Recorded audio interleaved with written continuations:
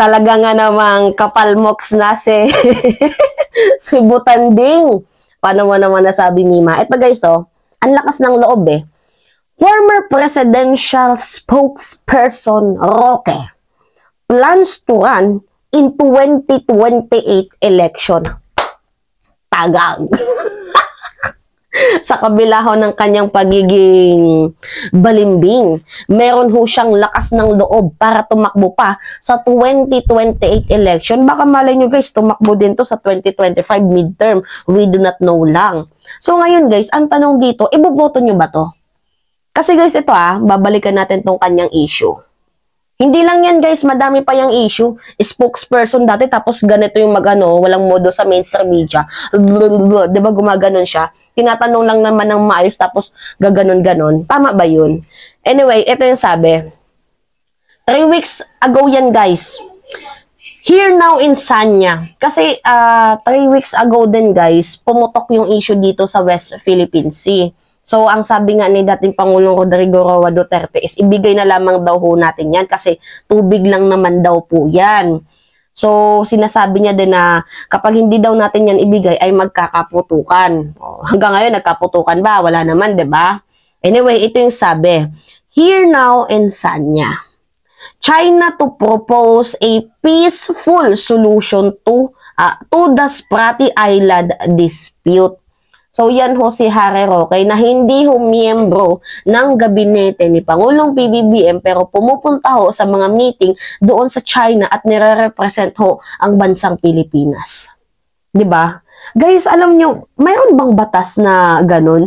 Na sana yung mga ganong tao na hindi naman inutusan, wala namang sana kasuhan yung mga ganyan, no? Kasi sila yung mga taong walang ibang ginawa, kundi, alam nyo, sirain ang reputasyon ng ating bayan. Nakakalungkot isipin na mismong dito kayo sa bansang Pilipinas, tinatraidor nyo ho ang ating bayan. Tapos hindi pa ho kayo sumusunod sa gusto ng ating Pangulo. Kasi guys, ang ating Pangulo hindi naman yan magsasalita ng basta-basta kung wala yung pinanghuhugutan or kung hindi yan makakabuti para sa ating bayan. Mga maka-China guys Bukod pa dyan guys, hindi lang yan. Tingnan nyo kung napakagaano kawalang prinsipyo tong si Harry Roque sa usaping prangkisa. Kasi 'di ba ngayon napapanahon yung issue dito sa SMNI kasi iimbestigahan ng mga kongresista ang other similar measure, mga violation nitong SMNI kung pwede ba silang marinyuhan ng prangkisa or matanggalan ulit. Kasi alam niyo naman na nagpakalap ho ng fake news itong si Ka Eric. Ang sabi ho ng kongresista, ito si Jill Suarez. And collective privilege. In the spirit of transparency and accountability, I humbly request this August Chamber to direct the Committee on Legislative Franchises in the exercise of its inherent oversight function to investigate this matter immediately and other similar measures pending with the committee, including this personal and collective privilege. Yan. 'Di ba? Imbestigahan yung sinabi dito in other similar measures. So ngayon sinabi ni Harry Roque na mayroon daw hong banta sa malayang pamamahayag. Where in fact, hindi naman ho banta sa malayang pamamahayag kung iimbestigahan lamang ho kayo kung meron kayong violation. Ang banta ho dito, nakakabagbigay na nga ho kayo ng malayang pamamahayag pero nagpapalabas po kayo ng fake news. Iba ho yung freedom sa freedom para ho magsalita ng kasinungalingan. So, ngayon guys, ito yung sabi niya. Yan, no? Ang bilis nga, real quick nga guys Nung 2020, July 13, ito na yung sabi niya.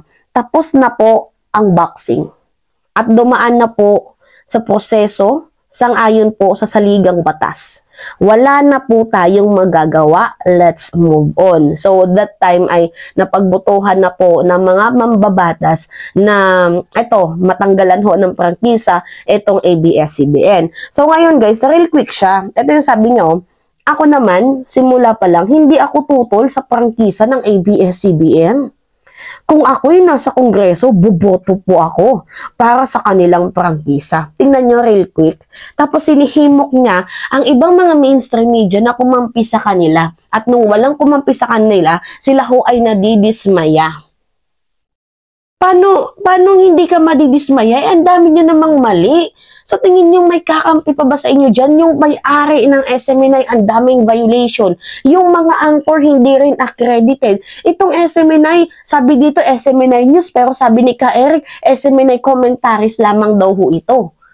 Di ba? Nakakaloka, sandamakmak na kasinungalingan ang ipinalabas nyo, super manipulated yung mga balita dito. Doon na ho nagsasalita si dating Pangulong Rodrigo Roa Duterte, si Panelo, si Harry Roque, si Sasurgandot.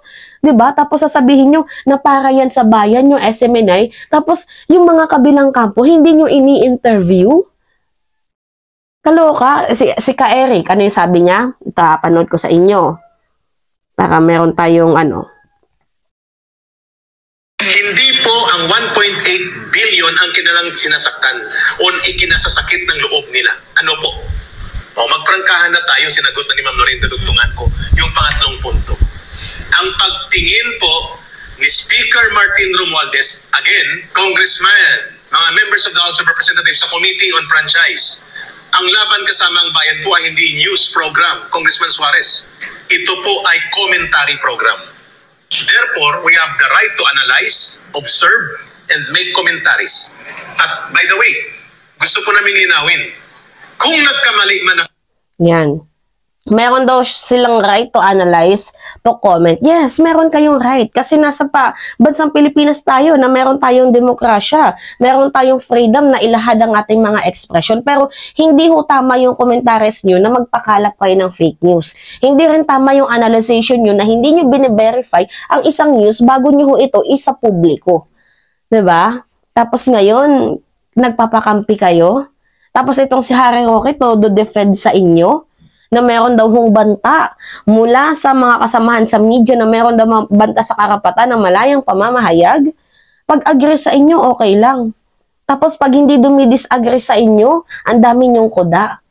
Diba? Kagaya ng sinabi mo, Harry Roque, panindigan mo to. Sabi mo, you cannot blame the Congress for not renewing the franchise of ABS-CBN because that is one of their power. So, power din naman ho, guys, ng Committee on Legislative Franchise na imbestigahan itong SMNI. Well, bakit kayo matatakot in the first place kung wala naman kayong nilabag na violation, right?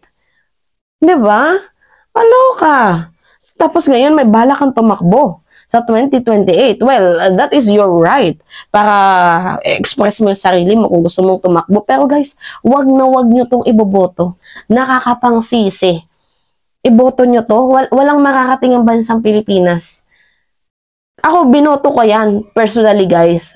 Binoto ko yan nung halalan. Pero, nagsisi ako, pero buti na lang, hindi to nanalo. Kasi kung nanalo to, sobrang sakit lamang ho ng aking kalooban ngayon. Anyway, kayo na yung humusga, guys. Kayo na yung humusga kung iboboto nyo pa ba to or hindi. So, it's me again, guys, si Mima Alicia nyo. Tagbabalik ulit para sa ating panibagong video.